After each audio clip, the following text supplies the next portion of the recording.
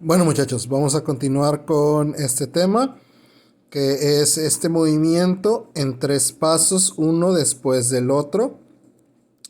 En este problema, los dos ángulos de inclinación van a ser el mismo. Entonces ahí nos podemos ahorrar unos pasos. Recuerden que si por alguna razón estos dos ángulos fueran diferentes, entonces tendríamos que para cada uno sacar sus pesos en X, pesos en Y sus fuerzas de fricción. Pero si, como en este ejemplo, va a ser el mismo ángulo, entonces una vez que lo saquemos aquí en el primer movimiento, entonces ya no es necesario volverlo a sacar en el tercer movimiento. ¿Por qué? Porque sería exactamente los mismos datos de este primer movimiento. Bueno, tenemos el objeto que tiene masa de 75 kilogramos, un ángulo de inclinación de 30 grados y un coeficiente de fricción de 0.1. ¿Ok? Esto va a ser para todo el problema. Pero en el movimiento 1, que va de subida, tenemos una aceleración de 10 metros por segundo. Movimiento 2, que es el horizontal, 20 metros por segundo al cuadrado. Y el movimiento 3, que es el de bajada, 30 metros por segundo al cuadrado. ¿Ok? Hasta ahí todo bien. Ahora sí, vamos a empezar. Vamos a empezar con los movimientos, que sería el primer movimiento, que es el de subida. Entonces, tenemos nuestro primer movimiento de subida. Lo primero que vamos a hacer es encontrar el peso. Peso sabemos que es masa por gravedad, o sea, 75 kilogramos por 9.8 metros por segundo al cuadrado. Tenemos entonces un peso de 735 newtons. A eso vamos a encontrar su peso en X, que sabemos que es el peso por el seno del ángulo, y nos da 367.5 newtons. Y el peso en Y, que sabemos que es peso por el coseno del ángulo, nos da un resultado de 636.5286 newtons. Esto es, ya tenemos peso, peso en X y peso en Y. Estos datos los vamos a usar para esto lo vamos a usar para el segundo movimiento, y estos dos los vamos a usar para el primero y tercer movimiento. Entonces estos datos los vamos a seguir usando. Continuando, sabemos que para un movimiento en diagonal la fuerza normal es igual al peso en Y. Entonces el peso en Y ya sabíamos que era 636.5286 newtons. Esa va a ser nuestra fuerza normal también. Mi fuerza de fricción sabemos que es fuerza normal por el coeficiente de rozamiento. Sustituimos los valores y tenemos que sería 63.6528. ¿Ok? Esa sería nuestra fuerza de fricción. Recuerden que mis datos pueden ser diferentes de los suyos por error de redondeo, pero no importa, mientras esté cercano, eso es suficiente. Bueno, ahora vamos a hacer la sumatoria de las fuerzas. Imaginemos que nuestro objeto está moviéndose horizontalmente, para fines prácticos. Entonces, mi objeto está moviendo en esta dirección, por lo tanto hay una fuerza en esa dirección. Sin embargo, en la dirección opuesta está la fuerza de fricción, moviéndose hacia atrás, restándole a mi fuerza.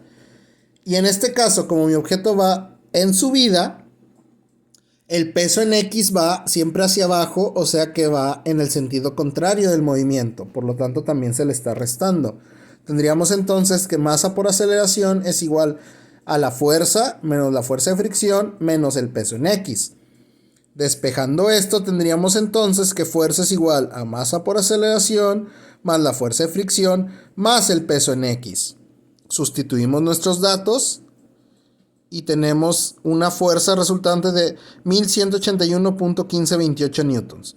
A esta fuerza la vamos a llamar F1.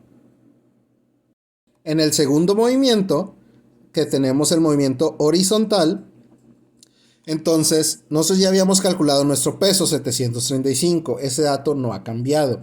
Sin embargo, sabemos que en un movimiento horizontal, la fuerza normal es igual al peso, no al peso en Y, al peso. Y como la fuerza normal cambió, la fuerza de fricción también cambió, dándonos entonces 73.5 newtons. ¿Ok? Esos son los únicos datos que han cambiado.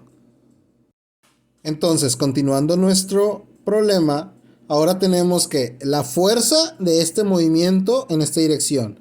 Pero en esa misma dirección se está moviendo la F1 que calculamos del problema anterior, que está ayudando a nuestro objeto.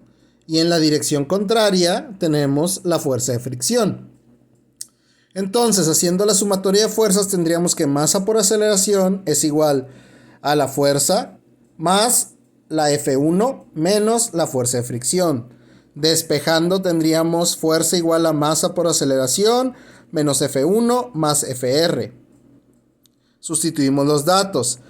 Acuérdense que para el segundo movimiento se nos indicó que la aceleración ahora era de 20 metros por segundo al cuadrado. Sustituimos los datos y nos da una fuerza resultante de 392.3471 newtons. Muy bien, nuestro objeto ahora va de bajada. Tomemos en cuenta que el ángulo de inclinación es el mismo. Y como dije hace rato, como nuestro ángulo de inclinación es el mismo, nuestros pesos en X y Y van a ser los mismos. Y como el peso en Y es el mismo, eso significa que nuestra fuerza normal y por ende fuerza de fricción va a ser la misma. Entonces todos esos datos ya no hay que calcular absolutamente nada. Todos los datos ya los tenemos. Hacemos el desglose de las fuerzas. Tenemos la fuerza con la que nos estamos moviendo, pero en ese mismo sentido está la F2 que calculamos anteriormente. Y por último, el peso en X. ¿Por qué? Porque el peso en X siempre se mueve hacia abajo y en este caso está ayudando a nuestro movimiento. Y la fuerza de fricción es la única fuerza que se mueve en el sentido contrario. Entonces tendríamos masa por aceleración es igual a la fuerza más la fuerza 2 más el peso en X menos la fuerza de fricción. Despejando tendríamos que fuerza es igual a masa por aceleración menos la fuerza 2 menos el peso en X más la fuerza de fricción. Sustituimos nuestros valores y nos da como resultado 1553.8057 newtons. Este ya es el resultado final, es el único resultado que importa, es nuestra fuerza total de este movimiento. Es todo el esfuerzo que hicimos en este movimiento. Recuerden que no necesariamente tiene que ser exactamente este dato, puede haber diferencias por el error de redondeo, pero dándoles un valor cercano a este es más que suficiente.